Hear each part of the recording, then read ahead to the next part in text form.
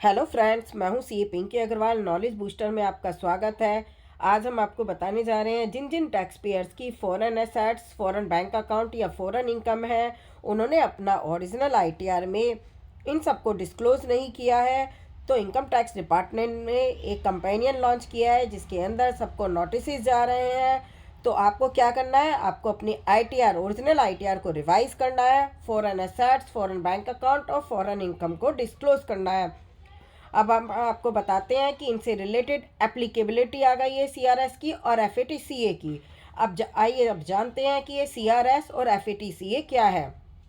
CRS है common reporting standard और FATCA foreign account tax compliance act, जिसके अंदर इनकम टैक्स अथॉरिटीज ट्रांसपेरेंसी लाने के लिए क्या कर रही है, इनकम टैक्स डिपार्टमेंट अपने टैक्स पेयर्स का, जो भी रेजिडेंट टैक्स पेयर्स का फॉरेन जुरिडिक्शन में अकाउंट्स हैं, उनसे रिलेटेड डाटा कलेक्ट कर रही है। अब इस डाटा में वो क्या क्या कलेक्ट कर रही है, यदि किसी का बैंक अकाउंट है तो अकाउंट होल्डर का name, address, tax identification number, account number, balance, income details, यदि किसी की वहाँ पर फॉरेन में इंटरेस्ट इनकम हुई है, डिविडेंड इनकम हुई है, या फाइनेंशियल प्रोसीड्स किसी से भी हो सकती हैं।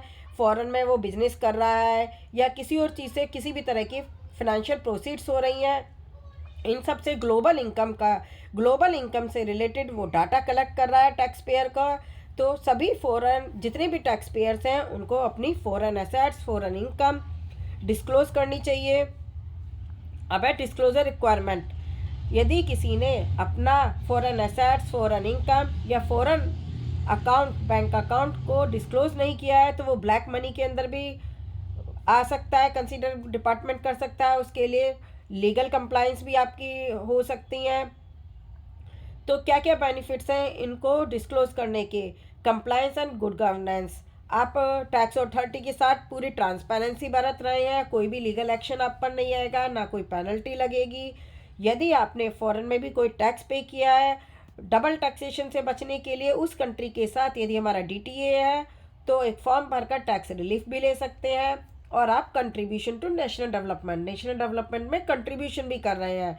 अब जिसने भी अपना ओरिजिनल आईटीआर में फॉरेन एसेट्स, फॉरेन इनकम या फॉरेन बैंक अकाउंट डिस्क्लोज नहीं किया है, तो अब वो क्या करें।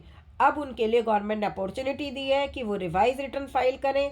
इस रिवाइज रिटर्न की डेट 31 दिसंबर 2024 है।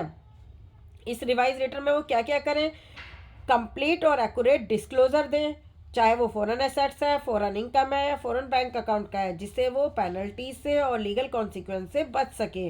और यदि उन्होंने फॉरेन में भी कोई टैक्स पे किया है तो उसका टैक्स रिलीफ ले लें।